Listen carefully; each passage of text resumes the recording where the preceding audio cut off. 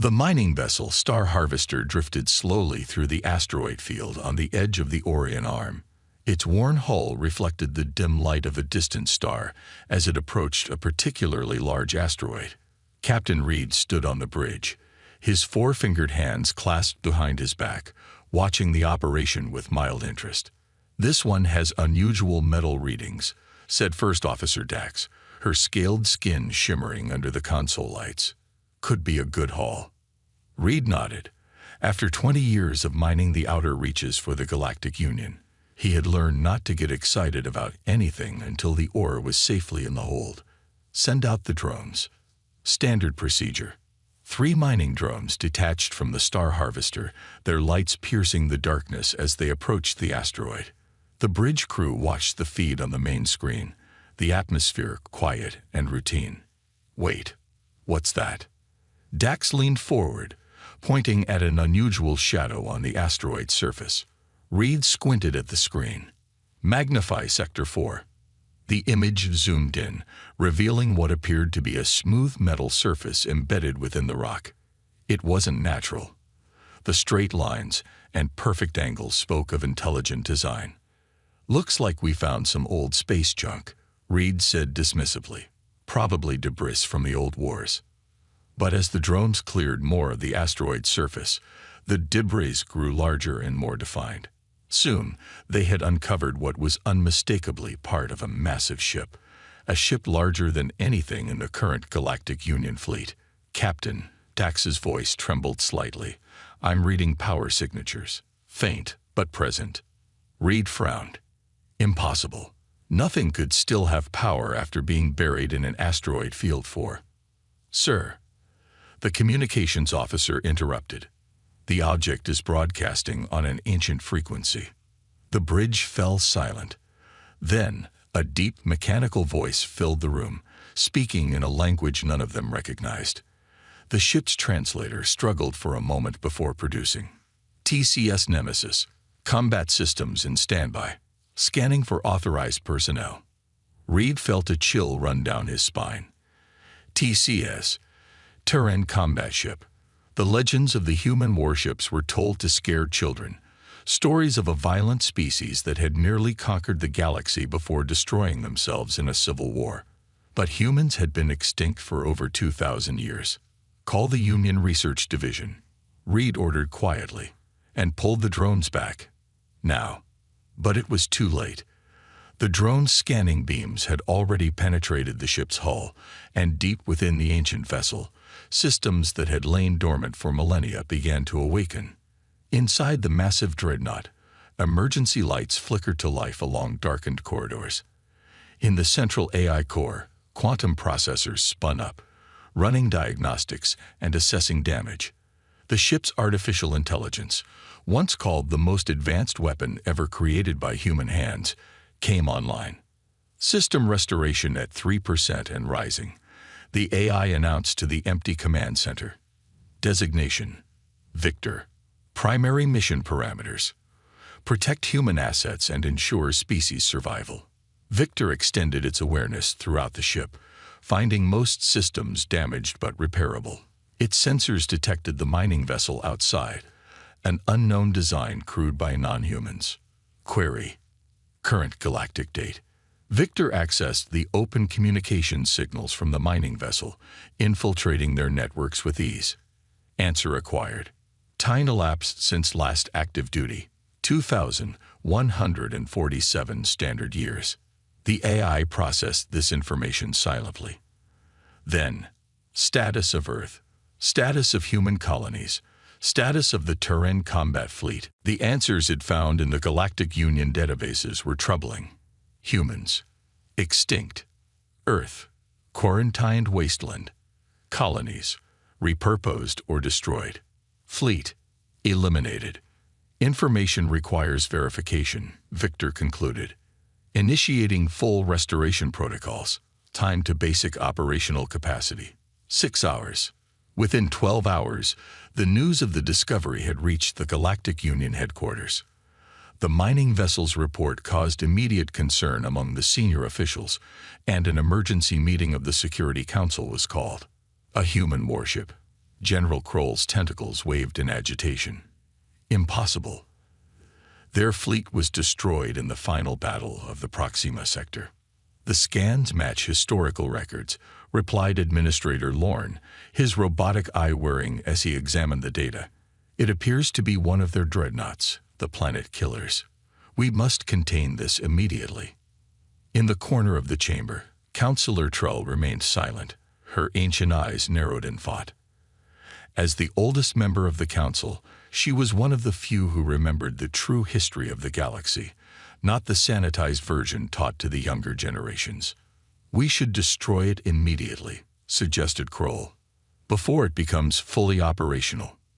No, Trell finally spoke, her voice commanding attention despite its softness. We must study it first. The humans' technology was unique. There is much we could learn. With all due respect, Counselor, Lorne countered, the risk is too great. If that ship truly awakens, then send a research team with a military escort, Trell interrupted. But do not destroy what we do not yet understand. Back at the asteroid field, the Star Harvester maintained its distance from the partially uncovered warship. Captain Reed had ordered his crew to avoid any further scanning or communication attempts. Union ships will be here within a day, he told his nervous crew. Until then, we just watch and wait.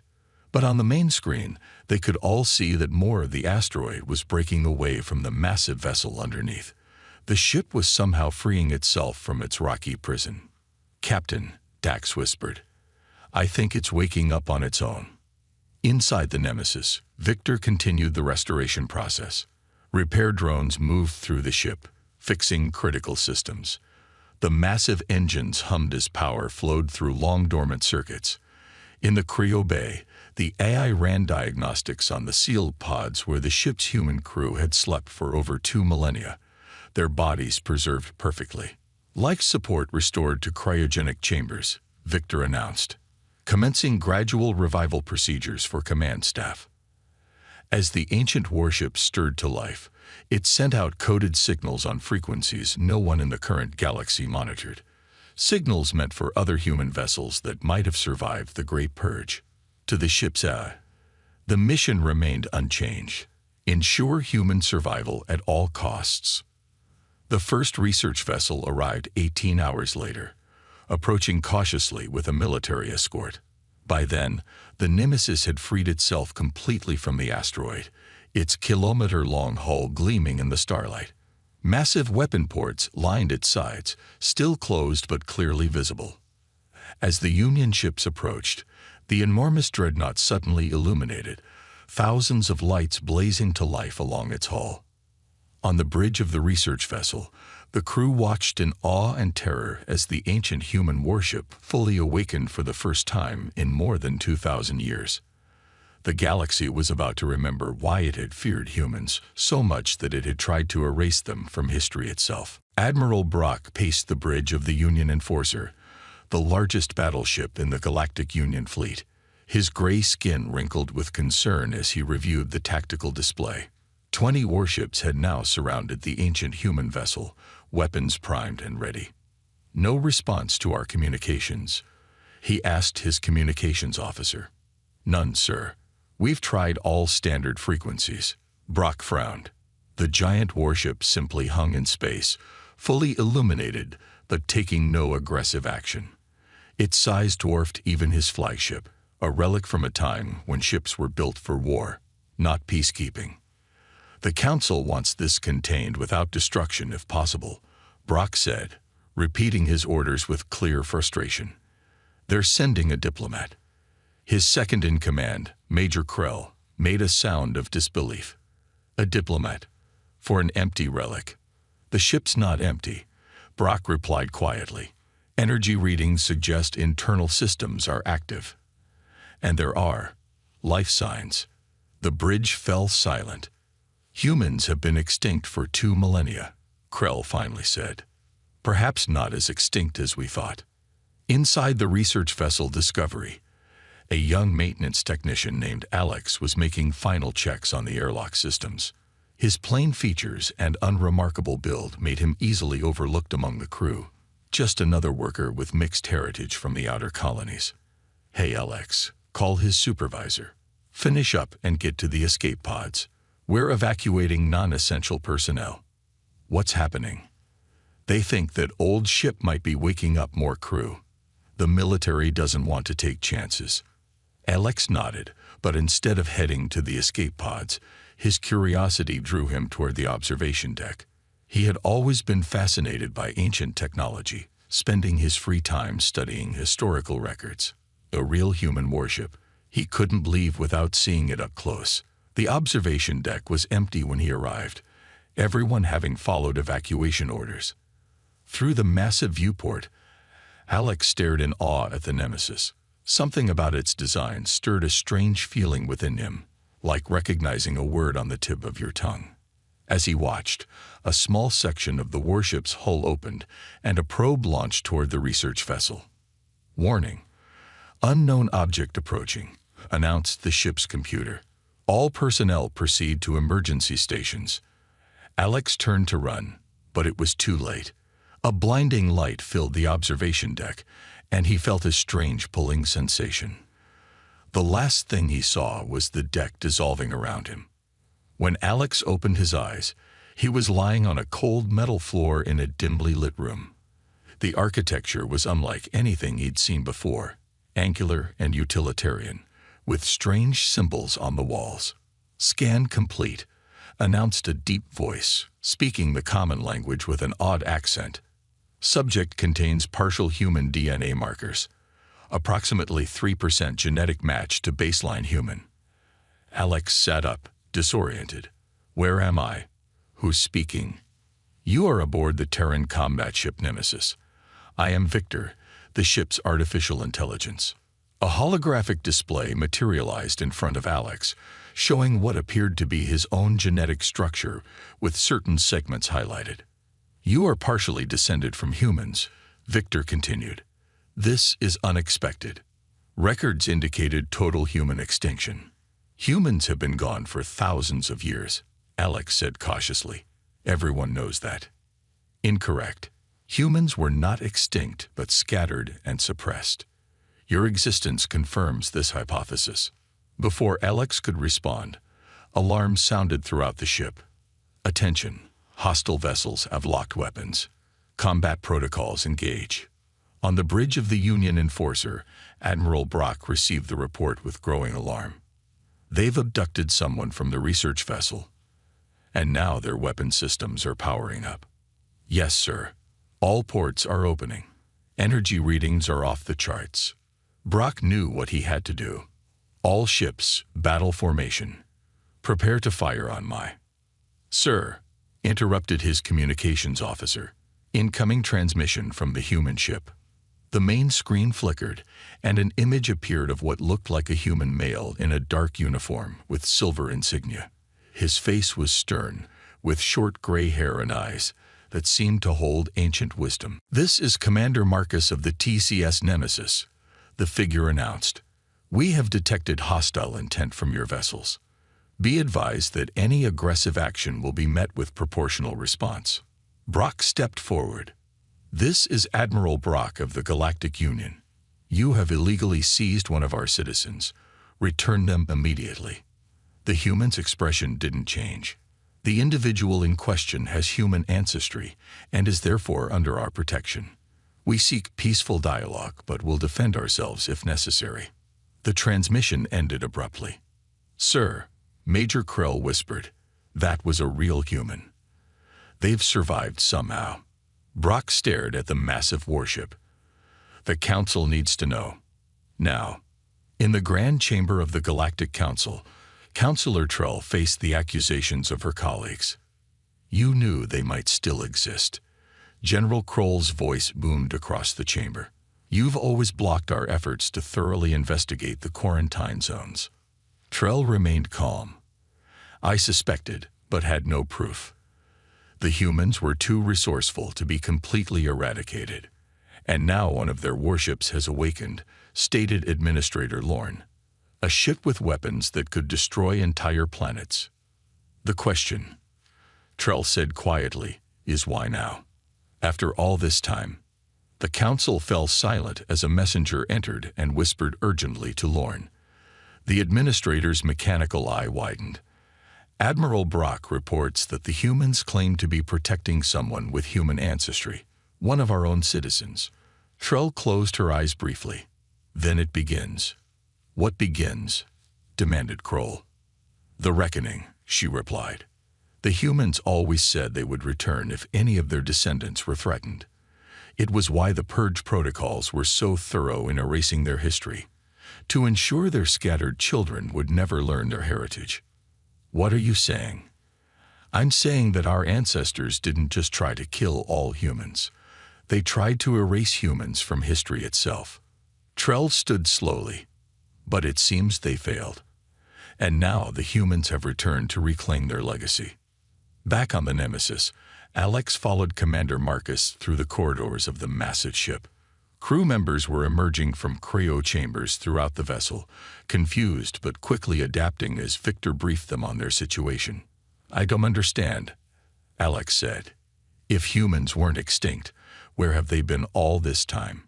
Marcus's face was grim, hidden, scattered, surviving. The war that supposedly wiped us out was actually just the beginning.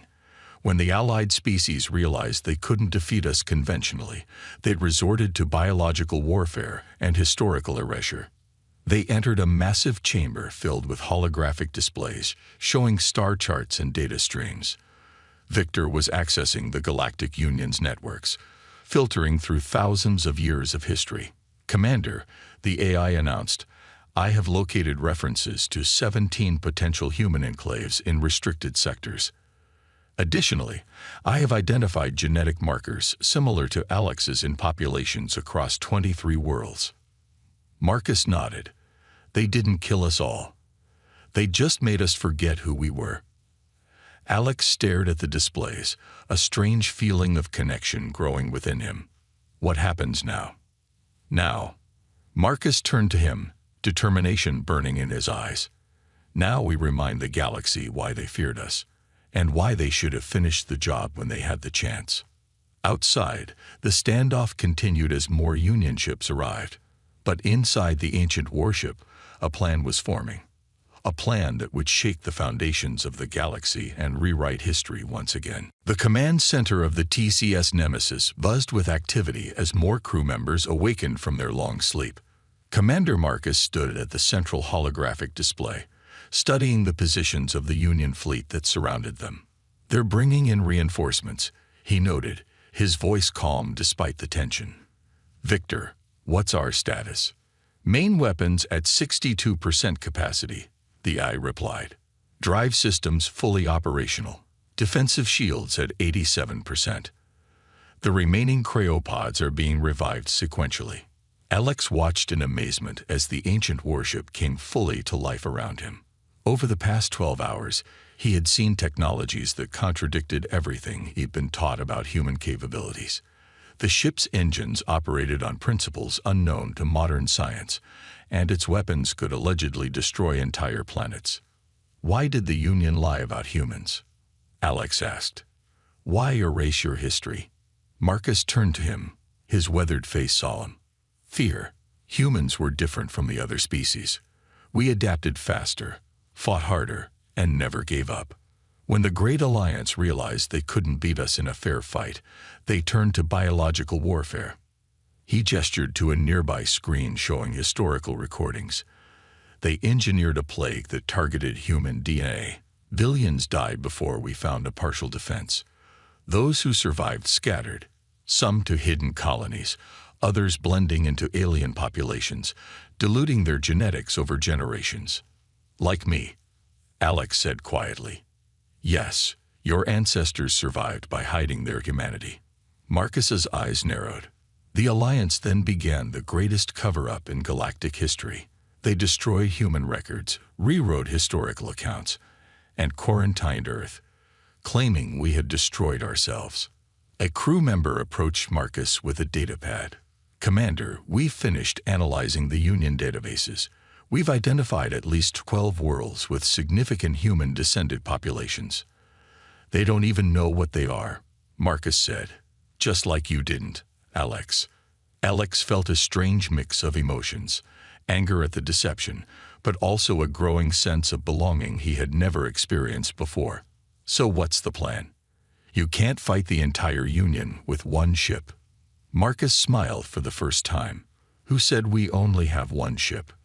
In the Grand Council chamber, Admiral Brock delivered his report to the assembled leaders of the Galactic Union. The human warship is fully operational, he stated grimly. They've ignored all demands to stand down and return our citizen. Instead, they're broadcasting some kind of coded signal across multiple sectors. Counselor Trell leaned forward. What kind of signal? Our analysts can't decode it, but it appears to be activating dormant receivers throughout Union space. General Kroll slammed his tentacle on the table. This is exactly what I warned about. One ship becomes two, becomes an invasion force. We must strike now, with everything we have. Administrator Lorne's mechanical eye whirred as he processed the information. The human ship possesses weapons that could decimate our fleet. If we attack and fail, we risk escalation. There's something else, Brock added reluctantly. Our scientists have analyzed the genetic records of citizens from worlds near the old human territories. The results suggest that human DNA is present in up to 6% of our population. The chamber erupted in shocked murmurs. Impossible, Kroll protested. It's been diluted over generations, Brock continued, but it's there. The humans weren't completely wiped out. They were absorbed. Trell's ancient face showed no surprise. The purge was never as complete as we pretended. And now the truth threatens to unravel 2,000 years of carefully constructed history. What do the humans want? Lorne asked.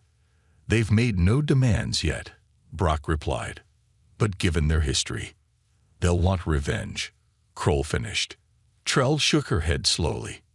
No, they'll want justice. Back on the Nemesis, Victor had made a breakthrough. Commander, I've located the coordinates from the emergency protocol archives, the AI announced. If the fleet's final fallback plan was executed, there should be a hidden staging area at these coordinates. Marcus studied the star chart. That's deep in the uncharted regions now. Can we get there? Affirmative, though the Union fleet will attempt to stop us. Marcus turned to his tactical officer. Prepare for jump. We're going to make a run for it. Alex stepped forward. Wait, what about the people like me? The ones with human ancestry who don't know their history. We'll come back for them, Marcus promised. But first, we need strength. The bridge crew took their positions as alert signals blared. On the main screen, they could see the Union fleet tightening its formation. Incoming transmission from Admiral Brock, Victor announced. Brock's image appeared on screen. Commander Marcus, this is your final warning. Power down your weapons and prepare to be boarded, or we will open fire. Marcus stood tall. Admiral, we have no quarrel with you personally, but we will not surrender a ship that represents the last free legacy of our people. We're leaving. Stand aside or face the consequences. You're outnumbered 20-1, Brock replied. Marcus smiled grimly. Quantity has never been a match for quality. Victor, execute jump sequence. The transmission cut off as the massive engines of the Nemesis roared to life. The Union ships immediately opened fire, energy beams striking the warship's shields. Shields holding at 83%, Victor reported. Jump calculations complete. Return fire, Marcus ordered. Targeted disabling shots only. The Nemesis fired, and 3 Union ships immediately lost power. Drifting helplessly, the precision of the ancient weapons stunned the Union fleet, creating momentary confusion. Now, Marcus commanded, jump. Space seemed to fold around the massive warship as it engaged its faster-than-light drive, technology far beyond current Union capabilities. In an instant, the Nemesis vanished, leaving the stunned Union fleet behind. The journey to the coordinates took 3 days. Alex spent the time learning about true human history from the ship's archives. He discovered stories of human courage, innovation, and determination that had been erased from galactic records. For the first time in his life, he felt pride in his heritage, however diluted it might be. When they finally arrived, the Nemesis dropped out of jump space near a dense nebula that didn't appear on any modern star charts. "Sensors show nothing," reported the tactical officer. "Just gas and cosmic dust." Marcus nodded. "Victor, transmit the legacy authentication codes." The AI sent out a signal, a complex pattern of energy pulses directed into the heart of the nebula. For several long moments, nothing happened. Then suddenly, the nebula began to shift. What had appeared to be random cosmic dust started moving with purpose, revealing a massive structure hidden within, a space station of incredible size. "Authentication accepted," came a new artificial voice over the comm system. "Welcome, TCS Nemesis. The Legacy Fleet awaits your command." As the nebula continued to disperse, Alex gasped. Hidden within the cosmic clouds were not one or two ships, but hundreds, an entire fleet of human warships in perfect preservation, maintained by automated systems for 2 millennia, waiting for the call to arms. Marcus placed a hand on Alex's shoulder. "Now you see why they tried to erase us from history. This isn't just our legacy, Alex. It's yours too. And with it, we're going to reclaim our place in the galaxy." The ancient fleet began powering up, thousands of lights flickering to life across the massive vessels. After 2,000 years of hiding and waiting, humanity's legacy was about to return to a galaxy that had tried to forget them. And this time, they would not be denied. News of the Nemesis escape spread quickly through the Galactic Union. On dozens of worlds, people gathered around information terminals, hungry for any details about the legendary human warship. The official Union broadcasts downplayed the incident, describing it as an archaeological curiosity that posed no real threat. But underground networks told a different story. In the worker districts of New Centauri, the largest industrial world in the Union, factory laborer Tam watched an illegal broadcast with his friends. The grainy footage showed the massive human ship vanishing into jump space after disabling 3 Union vessels with surgical precision. "They say it's just one ship," whispered Dora, Tam's co-worker. "But why is the council calling an emergency session?" Tam said nothing, but his hand unconsciously touched the old pendant he wore, a family heirloom with strange symbols that no one could translate, symbols that looked remarkably similar to the markings on the hull of the Nemesis. In the council chambers, the emergency session had devolved into chaos. "We must mobilize the entire fleet," General Kroll demanded, his tentacles lashing about in agitation. "If the humans find more of their kind, or worse, more of their ships." "And go where?" Administrator Lorne interrupted. "We have no idea where they've gone. The tracking systems couldn't follow their jump technology." Councillor Trell sat quietly, watching her colleagues panic. When she finally spoke, her voice cut through the noise like a blade. "The humans have always been among us," she said. "Our ancestors didn't just fail to eradicate them. They deliberately preserved some." All eyes turned to her. "What are you saying?" Kroll demanded. "I'm saying that certain factions within the old alliance recognize the value of human adaptability. Instead of killing them all, they captured some, altered their appearance over generations through genetic manipulation, and integrated them into our society as workers, soldiers, and engineers." Lorne's mechanical eye whirred rapidly. "This is treason. You speak of classified information. Information that will soon become irrelevant." Trell replied calmly. "Because if that ship is broadcasting the truth to those with human ancestry, the carefully constructed lies of the past 2,000 years will crumble." "How many?" Admiral Brock asked quietly. "How many potential humans are living among us?" Trell's ancient eyes met his. "Enough to change everything." Aboard the Nemesis, Commander Marcus stood before the assembled officers of the newly awakened Legacy Fleet. 20 ship captains had been revived, each commanding vessels that represented the pinnacle of human military technology from 2 millennia ago. Our mission is not vengeance, Marcus told them, his voice firm. We were soldiers sworn to protect humanity, not to destroy others. The galaxy has changed while we slept. Our enemies are now the established power, and our people. He paused. Our people don't even know who they are. Captain Rivera of the battleship Thunderchild stepped forward. What exactly is the plan, Commander? We have 21 ships against thousands. Quality over quantity, Marcus replied with a slight smile. And we won't be fighting alone. Victor, show them. The AI displayed a holographic map of the galaxy, with hundreds of points illuminated across Union space. These are the responses to our awakening signal, Victor explained. Each point represents a receiver activated by descendants of humans who escaped the purge. Many don't understand what they're feeling, but the subconscious recognition is there. Genetic memory encoded by our scientists as a failsafe. So what's the next step? Asked Captain Ortiz of the carrier Defiance. Marcus nodded to Alex, who stepped forward nervously. We broadcast the truth, Alex said, not just to those with human DNA, but to everyone in the Union. We show them how their history was stolen and rewritten. And then, Marcus continued, we head to Earth. In his small apartment on New Centauri, Tam couldn't sleep. The pendant around his neck had grown uncommonly warm after the news broadcasts, almost as if it were alive. He held it in his palm, studying the strange symbols that his grandmother had told him were just decorative patterns. A soft chime from his information terminal drew his attention. The screen showed an incoming transmission on an unusual frequency. Curious, Tam accepted it. The screen filled with the face of a human male, similar to Tam's own species, but with subtle differences. My name is Commander Marcus of the Terran combat ship Nemesis, the figure said.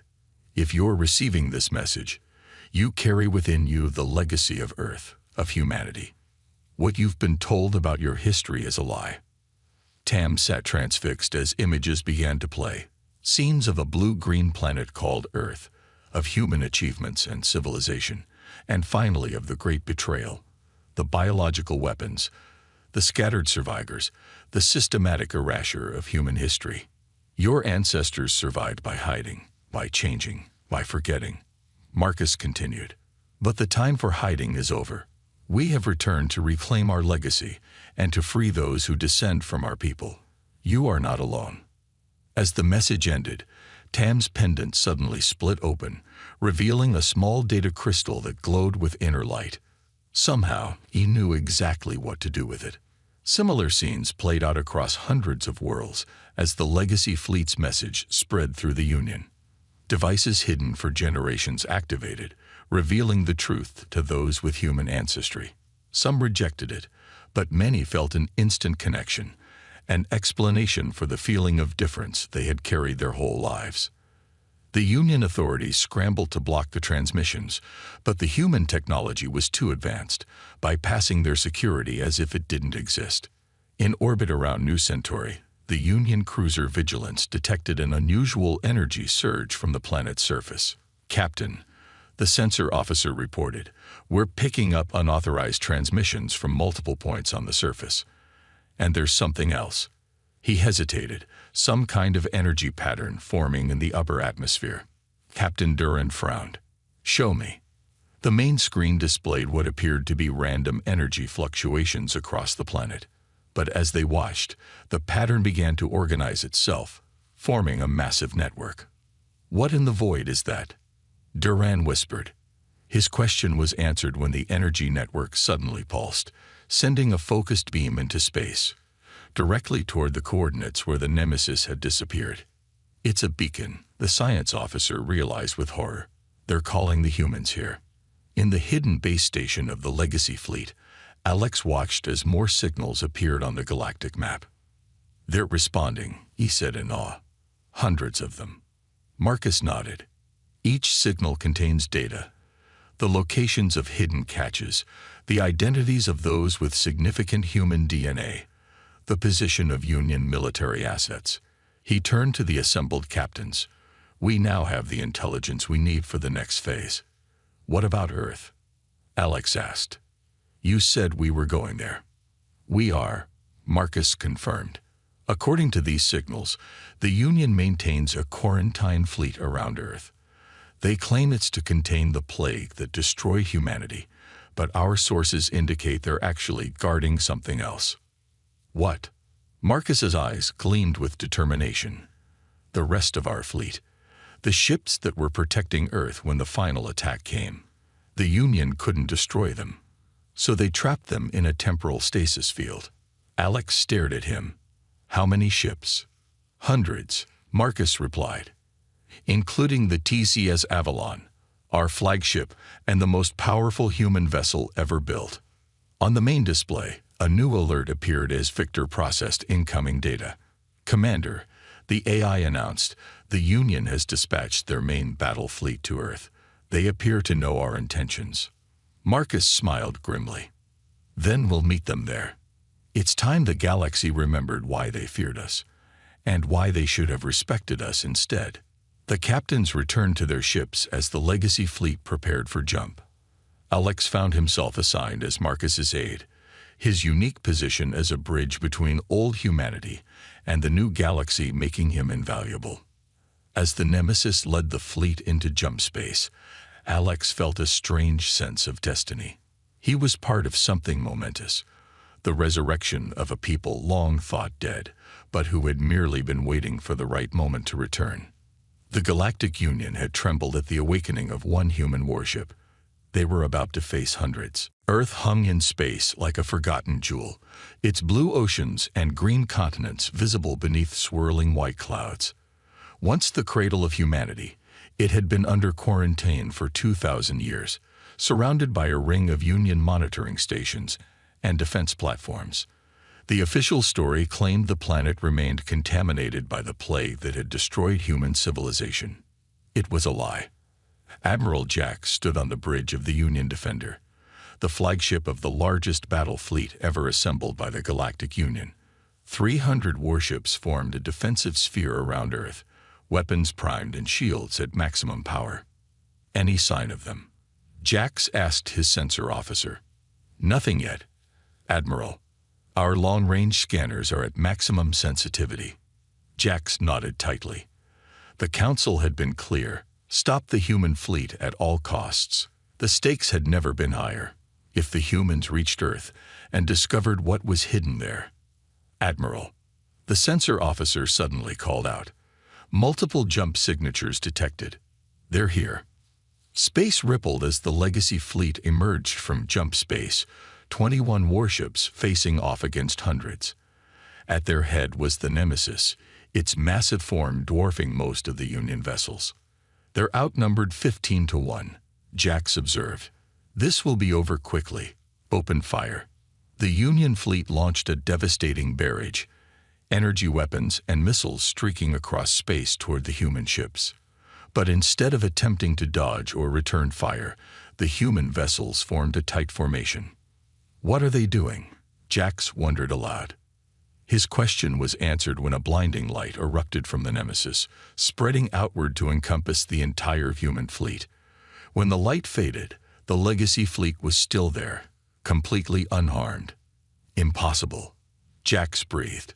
No shield technology could withstand that kind of firepower.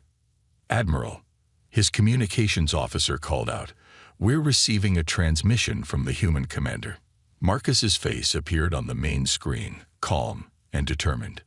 This is Commander Marcus of the Legacy fleet. We have not come to destroy you, but to reclaim what is ours. Stand down your weapons and withdraw from Earth orbit. You're outnumbered and outgunned, Jax replied. Surrender now, and your crews will be treated fairly. Marcus smiled slightly. Look again, Admiral. Jax turned to his sensor officer, who was staring at his screen in shock. Sir, we're detecting new energy signatures, hundreds of them, all around Earth. On the main display, points of light began to appear around the planet as dormant systems activated. The stasis field that had contained Earth for 2 millennia was failing, segment by segment. And rising from the planet's surface were ships, hundreds of massive warships, their designs similar to the Nemesis, but even larger. At their center was a vessel of staggering proportions, easily 5 times the size of any ship in either fleet. The TCS Avalon, Marcus explained, our flagship, along with the home fleet, 300 vessels that were protecting Earth when your ancestors deployed the stasis field. They've been waiting, frozen in time, for this moment. Jax felt the blood drain from his face. This is impossible. No, Admiral, this was inevitable. On the bridge of the Nemesis, Alex watched in awe as the great ships rose from Earth. He had never imagined such power could exist. Each vessel radiated energy readings that dwarfed anything in the modern Union fleet. They're beautiful, he whispered. Marcus nodded. The last and greatest achievements of human engineering. Now, watch what happens next. On a dozen Union worlds, the effects of the Legacy Fleet's message had taken hold. Those with human ancestry, whether they knew it or not, had been activated by the coded signals. And now, they acted. On New Centauri, Tan led a group of workers to the main communications array. None of them fully understood why they felt compelled to act, but the knowledge unlocked by their genetic memory gave them purpose.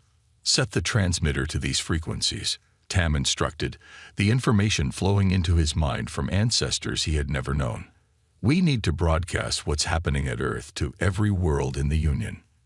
Union security forces surrounded the facility, but they hesitated to fire on civilians. And there were so many, thousands of people moving with common purpose across the planet. Similar scenes played out on world after world as those with human DNA awakened to their heritage and rose up. They didn't fight with weapons, but with information, breaking through the censorship that had hidden the truth for millennia. In the council chamber, Counselor Trell watched the feeds from Earth with a mixture of sadness and relief. It's over, she told her colleagues. The lie we've maintained for 2,000 years has finally collapsed. We can still fight, General Kroll insisted. Our combined fleets cannot match their technology. Lorne interrupted, his mechanical eye analyzing the data streams. The human vessels emerging from Earth show power signatures beyond anything we possess.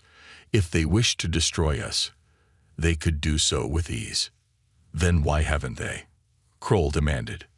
Because, Trell said quietly, despite everything we've done to them, humans were never the monsters we portrayed them as.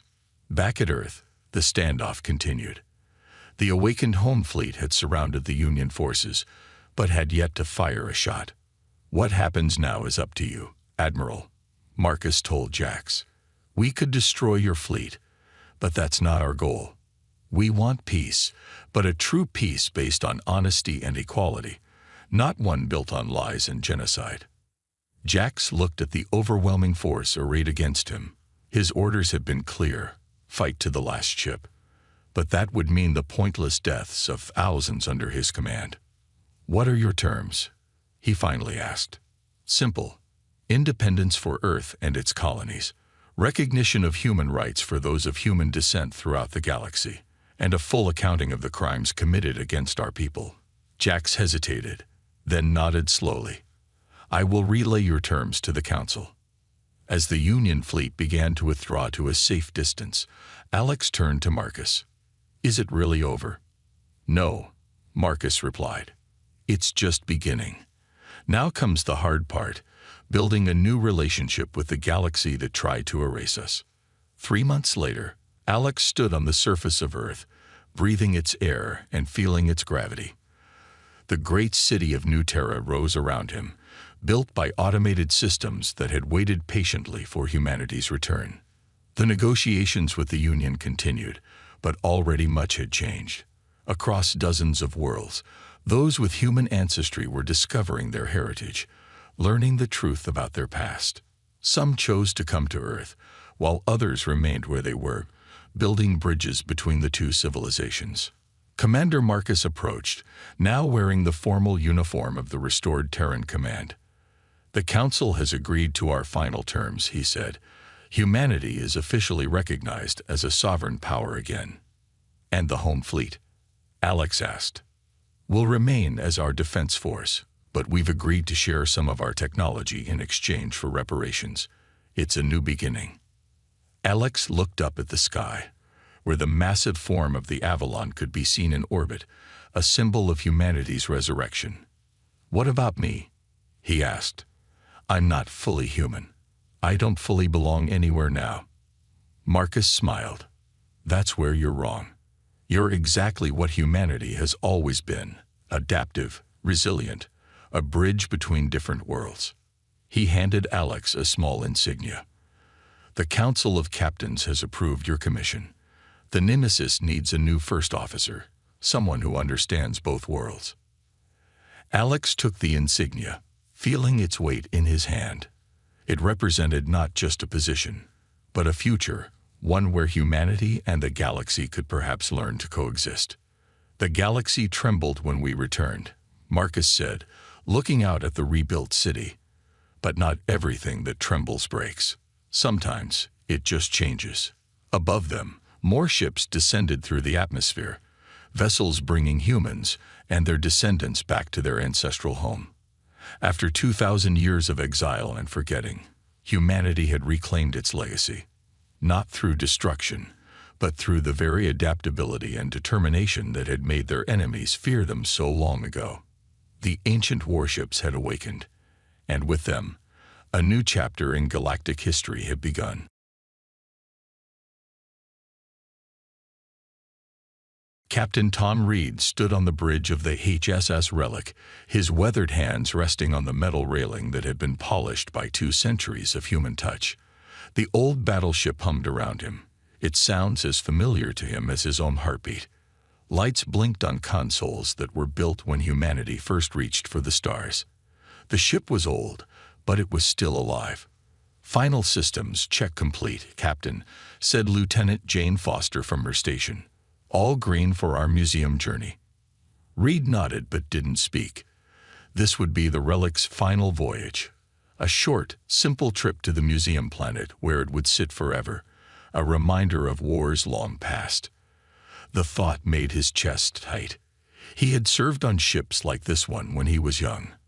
Modern ships were faster, sleeker, and packed with new tech, but none of them felt as solid as the Relic. "Quite a thing, isn't it?" asked Chief Engineer Mark Wilson as he joined Reed at the railing.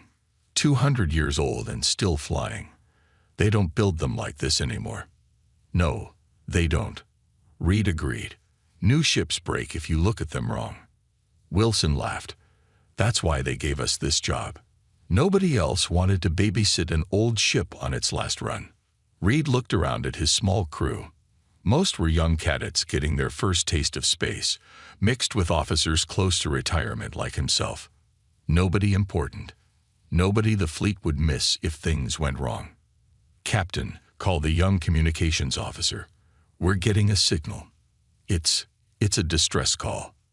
Reed straightened up. "Put it through." The main screen flickered to life, showing a man with dust on his face and fear in his eyes. Behind him, people ran back and forth as alarms blared. "This is Governor Bell of Haven Colony. We are under attack. Multiple ships have entered our system. They've destroyed our orbital defenses and are threatening to bomb the surface if we don't surrender. We need immediate help." Reed stepped forward.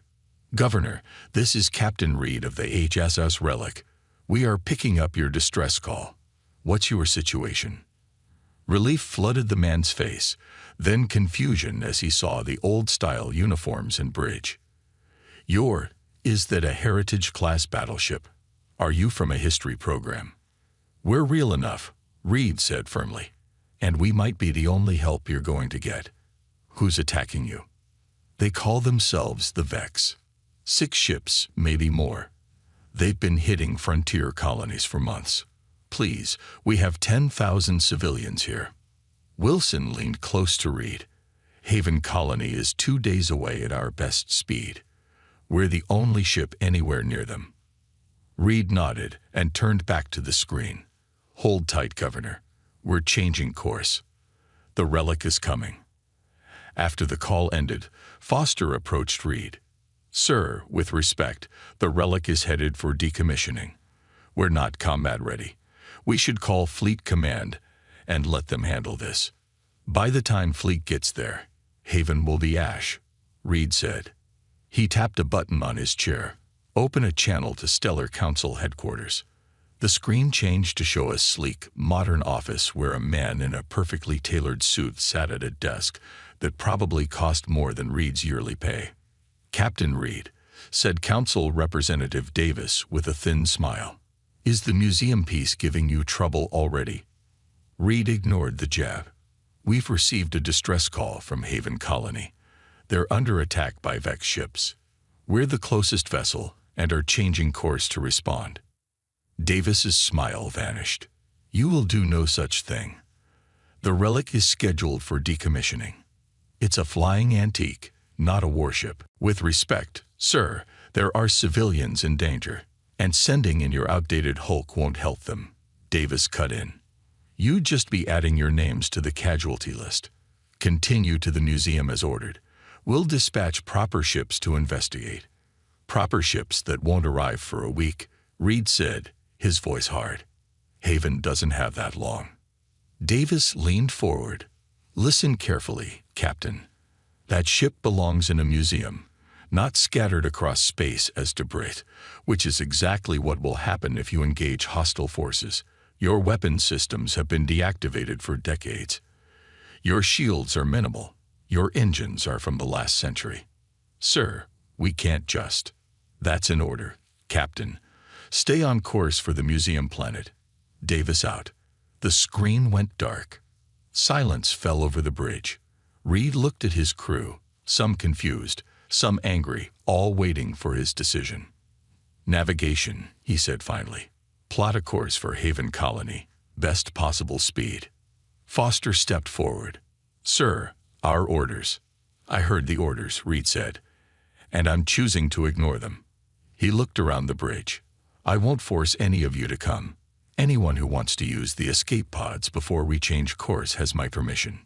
No one moved. Wilson broke into a wide grin. Well, I've been wanting to see what this old girl can really do. Reed nodded and sat in the captain's chair, feeling the worn leather conform to him. Set course for Haven. And Mr. Wilson, I suggest you start looking at those deactivated weapon systems. I have a feeling we might need them. As the massive ship turned slowly in space, Reed felt something he hadn't felt in years. Purpose. The relic had been built for war. It had protected human colonies when humanity was still new to the stars. Maybe it had one more fight left in it. All hands, he announced shipwide. This is the captain. We are responding to a distress call from Haven Colony. This mission is against direct orders.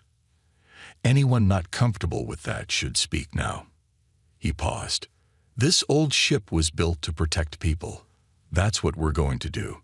Read out. The ship hummed louder as its ancient engines powered up to full. Beneath the floor, machinery that had been dormant for decades came to life. The relic moved forward, accelerating toward danger while the stars streaked by outside. Reed watched his crew work with new energy. They had been given a ship no one wanted for a mission no one cared about. Now they had a chance to matter. They think we're just a museum piece, he said quietly. Let's go show them what history can do. The HSS relic dropped out of faster-than-light travel with a shudder that ran through its old metal hull. Captain Reed gripped his chair as the view screen showed the Haven system. Even from this distance, he could see the flashes of weapons fire around the colony planet. Scan complete, Captain, said Lieutenant Foster, her eyes fixed on her screen. 6 Vex warships in orbit around Haven. Their design is, I've never seen anything like it. Reed moved to her station. The ships on the screen were sleek and curved, almost beautiful in their deadly design. They looked like predators next to the blocky human buildings of the colony. No records in our database, Foster continued. These must be a new class. New to us, anyway, Reed said. Our records are as outdated as everything else on this ship. Wilson entered the bridge, his hands stained with engine grease. Captain, I've been looking at our weapon systems. They're not as deactivated as the Council thinks. Reed raised an eyebrow. Explain. When they converted the relic for ceremonial duty, they didn't remove the weapons. That would have been too much work. They just disconnected them and covered the ports. Wilson grinned. I've been reconnecting some things. Can we fight? Reed asked simply. Wilson's grin faded. Maybe. The main energy cannons are still offline, but I've got the point defense systems working. And there's something else. The old railgun. The what? Asked a young cadet.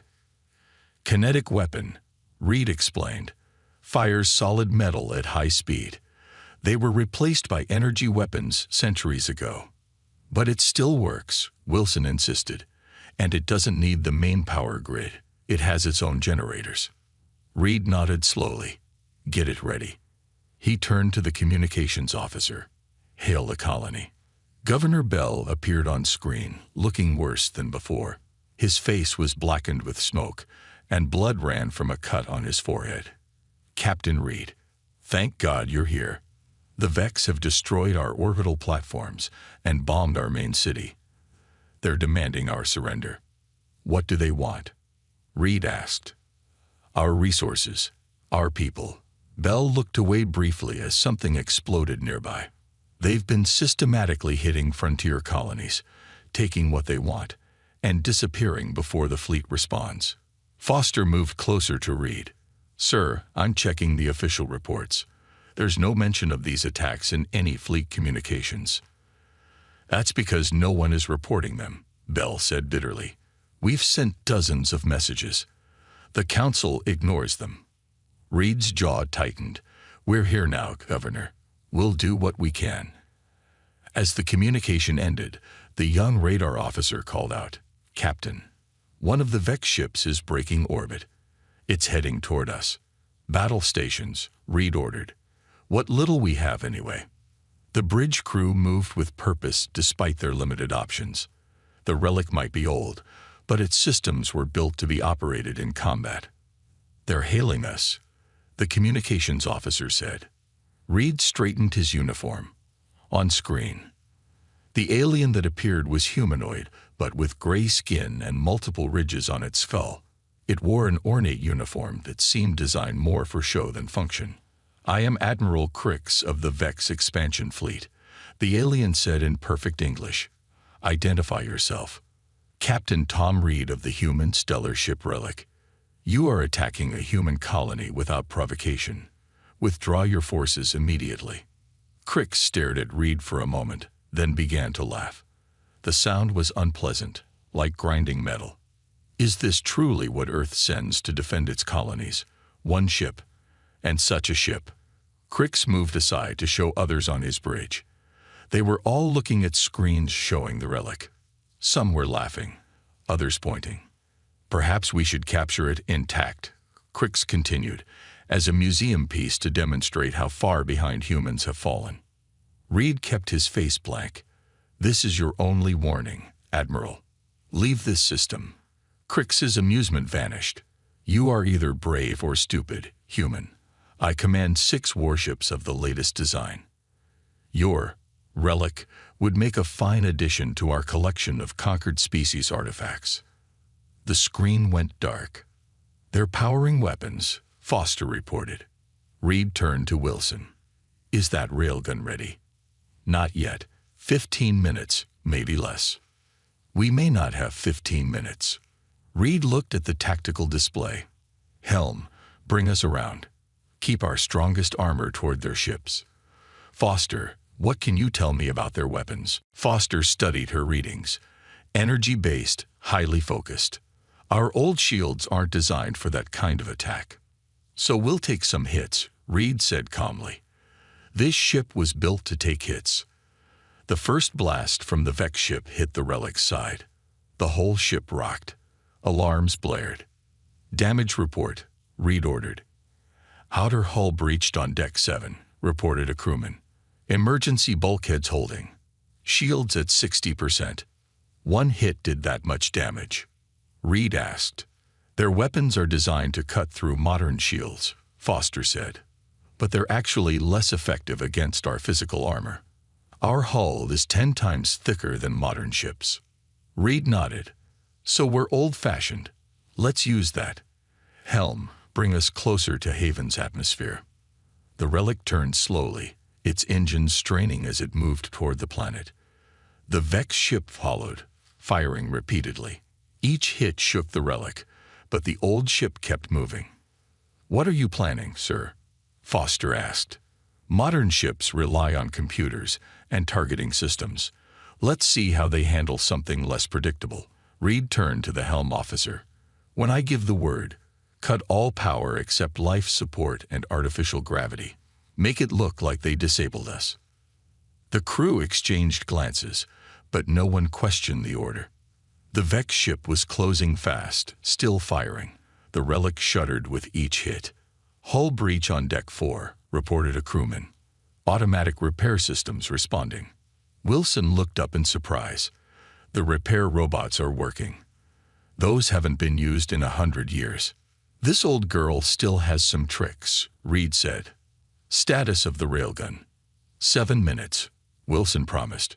Reed watched the tactical display. The Vex ship was almost in position. "Now, helm.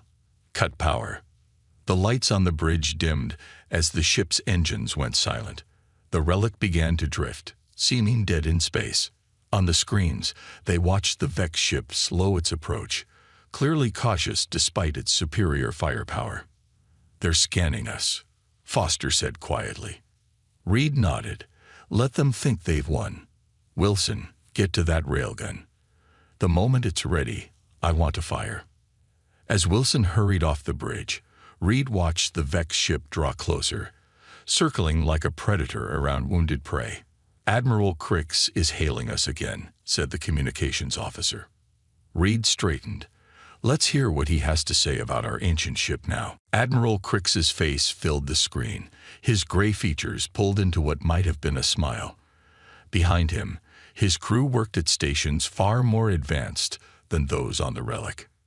"Captain Reed," Crix said smoothly, "it seems your ancient vessel couldn't withstand even our warning shots. How disappointing." Reed kept his face neutral. "We've suffered some damage. Indeed, I can see that your power systems are failing. Allow me to make you an offer. Surrender your vessel, and I will spare your crew. They can join the other humans from the colony as our workers." From a side console, Foster signaled to Reed. The message on her screen read, "Railgun at 90% power." "That's generous of you, Admiral," Reed said, stalling for time. "But I'm curious, why attack these colonies? What have they done to you?" Crix waved a hand dismissively. "Nothing. They simply have what we need, and your stellar council is too busy with politics to defend its outer territories properly." He leaned closer to the screen. "Did you know that some of your own officials have been paid to look the other way? We've been raiding these colonies for months."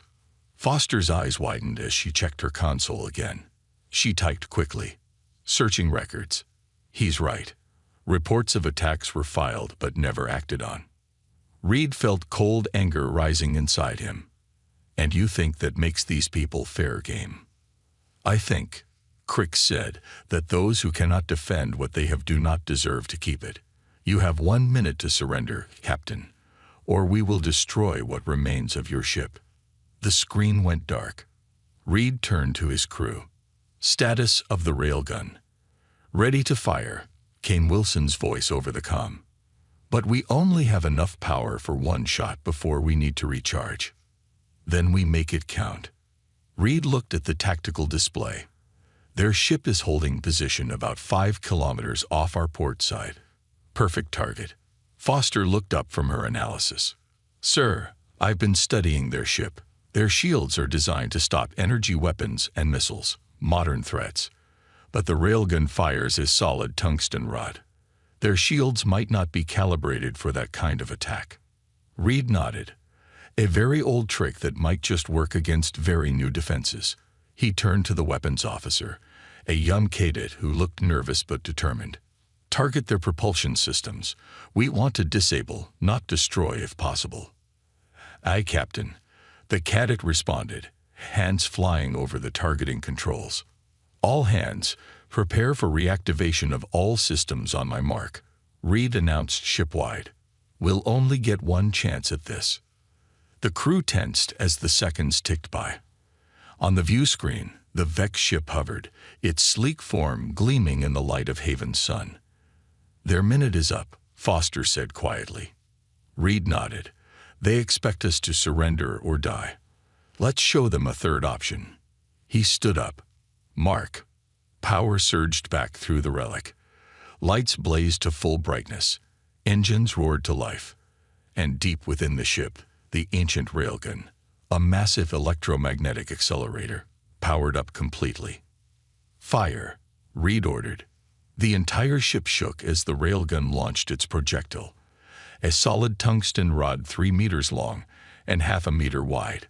It crossed the space between the ships in less than a second, traveling at an appreciable fraction of the speed of light. The Vex ship had no time to react. The rod struck its propulsion section, passing through shields calibrated for energy weapons as if they weren't there. The kinetic energy released on impact was catastrophic. The Vex ship didn't explode dramatically. Instead, it simply came apart, breaking into large pieces that tumbled away from each other in silence. The bridge crew of the Relic stared in shock. Direct hit, the weapons officer reported unnecessarily. I didn't. Reed started, then cleared his throat. I didn't mean to destroy them completely. Wilson's voice came over the comm, sounding equally surprised. The railgun was more powerful than I calculated. These old systems were built to hit hard. Foster checked her sensors. Captain, the other Vex ships are breaking orbit around Haven. They're heading this way. Reed took a deep breath. So much for the element of surprise. How long until the railgun can fire again? 20 minutes minimum, Wilson replied. The power systems need time to recharge. We don't have 20 minutes, Foster warned. 5 Vex ships incoming. ETA, 8 minutes. The communications officer called out. Governor Bell is hailing us from the surface. Bell appeared on screen, his face showing a mix of shock and hope. Captain Reed. One of the Vex ships just disappeared. What happened? We happened, Reed said simply. But we've got more company coming. How are your people doing down there? We've taken heavy damage to the main settlement, but most civilians made it to the underground shelters. If you can keep the Vex busy, we might be able to get some of our own defenses back online. We'll do what we can, Reed promised. Read out. As the communication ended, Reed turned to Foster. Options. She studied the tactical display. The railgun is our best weapon, but it's not ready. Our point defense systems won't do much against their warships. We could try to run, but we'd never outpace those modern ships. Reed nodded, thinking. But we might outthink them. He moved to the center of the bridge. Wilson, are those repair robots still working? Yes, sir. Old but functional. Good. I need you to send them to the outer hull sections. Have them remove the cosmetic plates covering our old weapon ports. All of them. Wilson sounded confused, but most of those weapons don't work anymore. The Vex don't know that, Reed said. And I have another idea. Foster, what can you tell me about how the Vex communicate with each other? Foster checked her readings, standard subspace frequencies, but with heavy encryption. Can we jam those frequencies? She thought for a moment. Not with our modern systems, but the Relic has old-style broadband jammers. They're not selective like modern jammers. They just flood all frequencies with noise. Perfect, Reed said. Wilson, get those jammers online too. As the crew hurried to carry out his orders, Reed watched the approaching Vex ships on the tactical display. They were moving in a perfect formation, coordinating their approach with precision. They rely too much on their technology, he murmured. Time to introduce some chaos. The repair robots worked quickly, removing plates to expose weapon ports all around the Relic's hull. Many contained non-functional or disconnected weapons, but from the outside, they looked threatening enough. Jammers ready, Foster reported. Activate them, Reed ordered. And bring us about. Head straight for the Lidvex ship. The relic turned, its engines pushing the massive old ship forward with surprising speed. On the view screen, the 5 Vex ships suddenly broke their perfect formation, their movements becoming erratic. The jammers are working, Foster said. They can't communicate with each other. Reed allowed himself a small smile. Good. Let's see how they handle things when they have to think for themselves. The old battleship accelerated toward the enemy, its exposed weapon ports looking like the bared teeth of a predator from another age. The relic charged forward, its massive hull cutting through space like a battering ram from another age. The 5 Vex ships scattered, clearly confused by the sudden aggression from a ship they had considered harmless. They're trying to regroup, Foster said, watching the tactical display. But our jammers are keeping them from coordinating their attacks. Reed nodded. Each captain has to make decisions alone now. Let's see how good they are without their fancy networks. 2 of the Vex ships moved to intercept the relic, while the other 3 tried to circle around behind. They're targeting our engines, the sensor officer called out. Helm, evasive pattern Delta. Reed ordered. Wilson, how are we doing on that railgun? 15 more minutes, Captain. Wilson replied from engineering. I'm trying to reroute power to speed up the charging process.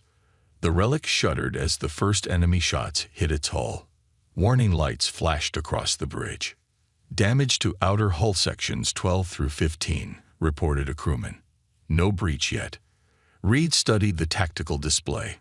Their weapons are powerful, but they're designed to cut through energy shields, not solid metal. Our old armor is buying us time.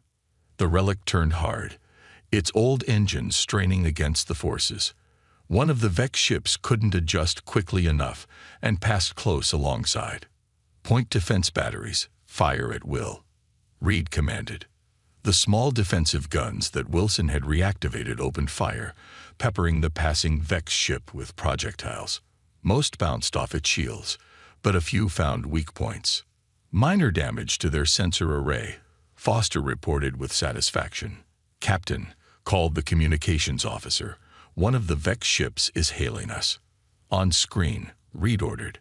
A different Vex commander appeared, looking far less confident than Crix had been. Human vessel, you have destroyed Admiral Crix's ship through some trickery. Surrender now, or we will. Reed cut the transmission. They're trying to distract us while they position their ships. Foster, any chance we can use our jammers more selectively? Foster thought for a moment. The old systems aren't precise, but we might be able to create a directional effect. Focus the jamming on 4 ships, but leave one able to communicate. Reed smiled. Confusion in the ranks. Do it. As Foster worked on the jammers, the relic took more hits. The bridge shook violently, and a console exploded in sparks. Hull breach on deck 6, shouted a crewman. Emergency bulkheads activated. Casualties? Reed asked. 3 injured, no fatalities. Damage control teams responding. Reed gripped his chair as another hit rocked the ship. We can't keep this up forever. Wilson, update on the railgun. 10 minutes, Captain. The power systems are handling more than they were designed for. One of the younger officers looked worried. Sir, even with the railgun, we can only take out 1 more ship. That leaves 4. Reed didn't answer immediately. Instead, he studied the movements of the Vex ships. 4 were now moving erratically, changing course and firing at random intervals. But 1 ship, the one they had left unaffected by the jammers, was moving with purpose, trying to direct the others with light signals and visual cues. There, Reed said, pointing. That ship is taking command. When the railgun is ready, that's our target. Foster looked up from her console. Sir, I've been going through the relic's archives. I found something interesting. Old war logs from the first conflicts with the Vex ancestors 2 centuries ago. What about them? Reed asked, bracing himself as another hit shook the ship. They detail tactics used against the early Vex ships, Foster explained quickly. According to these records, Vex ships of that era had a critical weakness. Their propulsion systems couldn't handle rapid pressure changes. That was centuries ago, Reed pointed out. Surely they've fixed that by now. Maybe not, Foster said. Look at the design similarities. She pulled up a comparison between the old Vex ships from the archives and scans of the current ones. The basic engine configuration is nearly identical. They've upgraded the technology, but the fundamental design remains the same. Reed studied the images. What exactly are you suggesting? We could create a controlled implosion near their engines. The sudden pressure wave might disable them without destroying the ships completely. And how do we create this implosion? Foster hesitated. We'd need to eject some of our fuel cells and detonate them at exactly the right moment. Reed considered this. That's risky, if we misjudge the timing.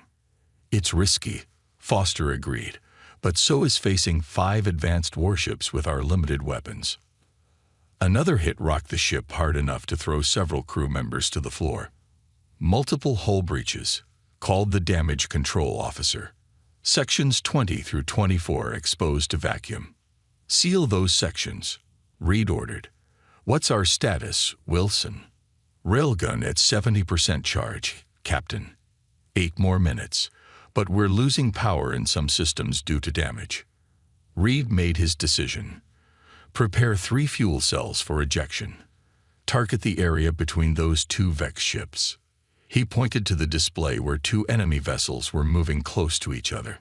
The crew worked quickly, despite the continuing barrage from the Vex ships. The relic groaned under the assault, its old structure taking punishment that would have destroyed a modern vessel. Fuel cells ready for ejection, reported the weapons officer. On my mark, Reed said, watching the enemy ships carefully. 3, 2, 1, mark. The fuel cells shot away from the relic, small specks against the vast darkness of space. They drifted toward the gap between the 2 Vex ships. Detonate on my command, Reed ordered. He waited, counting the seconds as the distance closed. One of the Vex ships noticed the fuel cells and started to turn away. Now, Reed shouted. The fuel cells exploded in a silent flash of light. The shockwave rippled outward, invisible in the vacuum, but devastating in its effect. It caught both Vex ships, washing over their hulls and creating rapid pressure changes around their engine sections. The results were immediate and dramatic. Both ships lost power, their lights flickering out as they began to drift aimlessly. A cheer went up from the Relic's crew. 2 ships disabled, Foster confirmed. Their engines are completely offline. Reed allowed himself a brief smile before turning serious again. That still leaves 3, and they'll be more cautious now. As if to confirm his words, the remaining Vex ships pulled back, keeping their distance while still firing at the relic. They're adapting, Reed noted, learning to respect us. Wilson's voice came over the comm. Railgun charged and ready, Captain. Reed nodded. Target the command ship we identified earlier. Let's see how they function without leadership. The relic turned, bringing its most powerful weapon to bear on the enemy commander. Despite the damage it had taken, the old ship moved with determined purpose. Target locked, said the weapons officer. Reed took a deep breath. Fire. The railgun fired with a thunderous vibration that shook the entire ship. The massive tungsten rod streaked across space, leaving a brief trail of superheated particles in its wake. The Vex command ship tried to evade, engines flaring as it turned sharply. But the old weapon was built for targets that could dodge. The projectile struck the Vex ship just off-center, tearing through its sleek hull like paper. The enemy vessel didn't explode dramatically. Instead, it simply broke apart, pieces spinning away into the darkness of space. Direct hit, reported the weapons officer, her voice steady despite the tension. Target destroyed. Reed nodded, his face grim. He took no joy in the deaths of the Vex crew, but they had left him no choice. Status of the remaining ships. The 2 we disabled earlier are still drifting, Foster said, checking her sensors. The other two are pulling back. They seem to be retreating. Reed watched the tactical display as the two functional Vex ships accelerated away from the battle. Without their commander or the ability to communicate properly, they had lost their advantage. "Let them go," Reed said. "We still have a colony to protect." The bridge crew worked steadily, assessing damage and rerouting systems. The relic had taken a beating. Smoke filled some sections, and the emergency lighting flickered in parts of the ship where power was unstable. "Damage report," Reed ordered. "Multiple hull breaches on decks 3 through 7, reported a crewman. "All sealed by emergency bulkheads. Life support at 72% capacity. Main engines operating at 61% efficiency. Railgun offline. The power surge from that last shot burned out several key components." Wilson's voice came over the comm. "Captain, we have repair teams working, but this old girl has taken about all she can handle. Another serious hit might break her back." Reed rubbed his tired eyes. "Understood.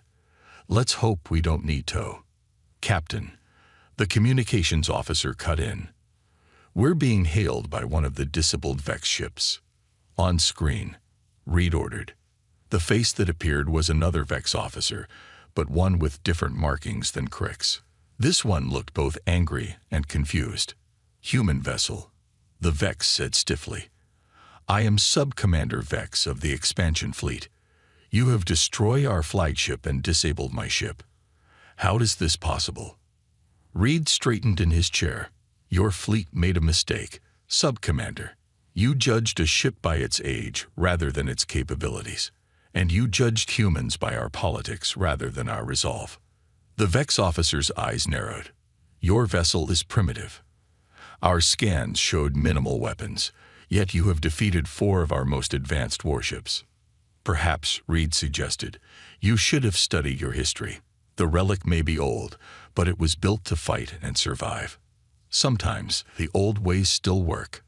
The Vex was quiet for a moment. "What are your terms?" "Terms. For our surrender," the Vex clarified. "We cannot fight in our current condition. What do you demand of us?" Reed hadn't expected this.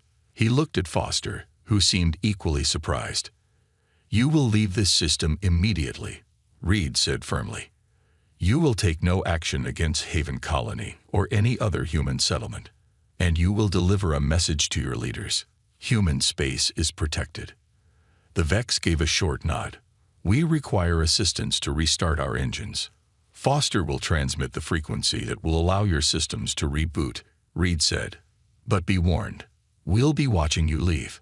After the transmission ended, Reed slumped slightly in his chair. The adrenaline was wearing off, leaving him suddenly aware of how close they had come to destruction. "Sir," Foster said quietly, "sensors are picking up new ships entering the system." Reed tensed. "More Vex?" "No," Foster said, breaking into a smile. "Human signatures, a lot of them. It's a fleet battle group." The communications officer called out, "We're being hailed by the HSA Defender. It's Admiral Jenkins." The screen showed a stern-faced woman in a crisp modern uniform. Her eyes widened slightly as she saw the damaged bridge of the relic. "Captain Reed," she said, "what in God's name happened here?" "We picked up reports of a battle and came at maximum speed." Reed managed a tired smile. "Just a disagreement with some Vex ships. Admiral, they didn't think much of our old relic. We had to change their minds." Jenkins looked at something off-screen, then back at Reed with newfound respect. "Our scans show 2 destroyed Vex warships, 2 disabled, and 2 retreating at high speed. Are you telling me your ceremonial ship did all this?" "We had some help from good engineering and old war tactics," Reed admitted. "The relic may be old, but she still knows how to fight." "Remarkable," Jenkins said. "We've been receiving scattered reports of Vex attacks on frontier colonies, but this is the first solid evidence. How bad is the situation on Haven?" "The colony took heavy damage, but most civilians made it to the shelters. They'll need assistance with rebuilding." Reed hesitated, then added, "Admiral, The Vex mentioned that some council officials have been paid to ignore these attacks. That might explain why no one has responded until now. Jenkins's expression hardened. I see. Rest assured, Captain, that will be investigated thoroughly. She paused. What's the status of your ship? Wilson spoke up from where he was working on a damaged console. She's hurt bad, Admiral, but nothing that can't be fixed. The old ships were built to be repaired, not replaced. Good, Jenkins said with a nod. Because I'm officially rescinding your decommissioning orders, Captain Reed. The relic has proven its worth today. Once repairs are complete, I want you to lead a task force back to these frontier colonies. Find out what's happening and put a stop to it. Reed straightened in his chair. It would be an honor, Admiral. After the transmission ended, the bridge was quiet for a moment. Then Foster spoke up. So much for becoming a museum piece. Reed smiled, running his hand along the worn metal of his chair's armrest. Some things aren't meant to be put behind glass. Some things are meant to keep doing what they were built for. The relic drifted toward the approaching fleet ships, its battered hull bearing the scars of battle like medals of honor. From the colony below, small ships began to rise into orbit, people coming to see their savior with their own eyes. In the governor's office on Haven, Representative Davis appeared on the screen, his perfect suit now rumpled, and his expression anxious. Governor Bell, what happened? We received reports of a battle, but you didn't expect anyone to survive to tell about it. Bell cut in coldly, like the other colonies that were attacked while the council looked the other way. Davis paled. I don't know what you mean. Save it for the investigation, Bell said. Admiral Jenkins is very interested in how the Vex knew which colonies to target and why no help was sent. This is absurd, Davis sputtered. And that old ship, the relic, what happened to it? Bell smiled. It did what it was built to do. It fought. It won. He leaned closer to the screen. They called it obsolete. They mocked it for being old. Then it annihilated their fleet. On the bridge of the relic, as repair teams worked around him, Captain Reed looked out at the stars. The old ship hummed beneath his feet, damaged but unbroken. Not bad for a museum piece, he said quietly to himself. Not bad at all.